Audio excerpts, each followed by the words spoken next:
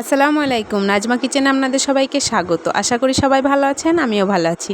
আজকে আমি তৈরি করব সিমাইয়ের পায়েস। একবার বাড়িতে এইভাবে বানিয়ে দেখবেন, সবাই ভীষণ পছন্দ করবে। প্রথম থেকে শেষ পর্যন্ত ভিডিওটা দেখার জন্য অনুরোধ রইল। চলুন শুরু করি রেসিপি। প্রথমে আমি একটা বড় হাঁড়ি নিয়েছি। এখন হাঁড়ির মধ্যে দিয়ে দিচ্ছি 1 টেবিল চামচ ঘি। ঘিটা ভালোভাবে গরম করে নেব। এখন এর মধ্যে দিয়ে দেব কিছু কিশমিশ।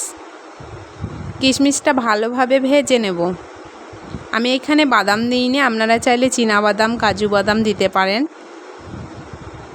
খুব ভালোভাবে কিশমিশটা ভেজে নিয়েছি। এরকম যখন ফুলে আসবে তখন এর মধ্যে দিয়ে দেবো 2টো তেজপাতা। তেজপাতাটাও একটু ভেজে নেব।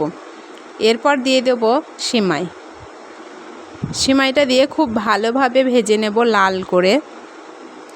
ঘিয়ের সঙ্গে সিমাইটা ভালোভাবে ভেজে নেবেন, তাহলে খেতে বেশি মজার হয়। আমার রেসিপি যদি ভালো লাগে লাইক কমেন্ট শেয়ার করবেন, এবং যারা প্রথমবার আমার ভিডিও দেখছেন চ্যানেলটি অবশ্যই সাবস্ক্রাইবার করবেন, আর পাশে থাকা বেল আইকনটি অন করবেন যাতে সবার প্রথম আমার ভিডিওটা দেখতে পান। আমি সিমাইটা এরকম খুব ভালোভাবে লাল করে ভেজে নিয়েছি।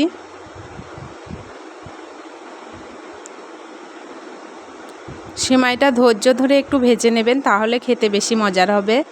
এখন এর মধ্যে দিয়ে দিচ্ছি দুধ। দুধটা দিয়ে ভালোভাবে নেড়েচেড়ে সিমাইটা সেদ্ধ করে নেব। আর দিয়ে দিচ্ছি এর মধ্যে 1 বাটি কুড়ানো নারকেল। সবগুলো খুব ভালোভাবে মিশিয়ে সিমাইটা সেদ্ধ করে নেব।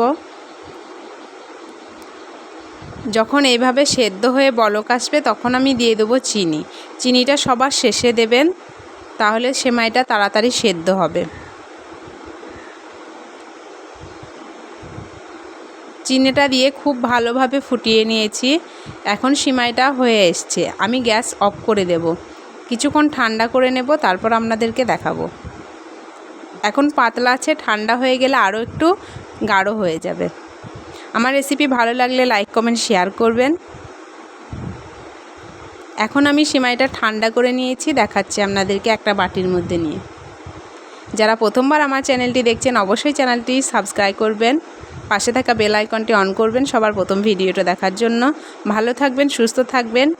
আজকের মতো এই পর্যন্ত, দেখা হবে পরের ভিডিওতে।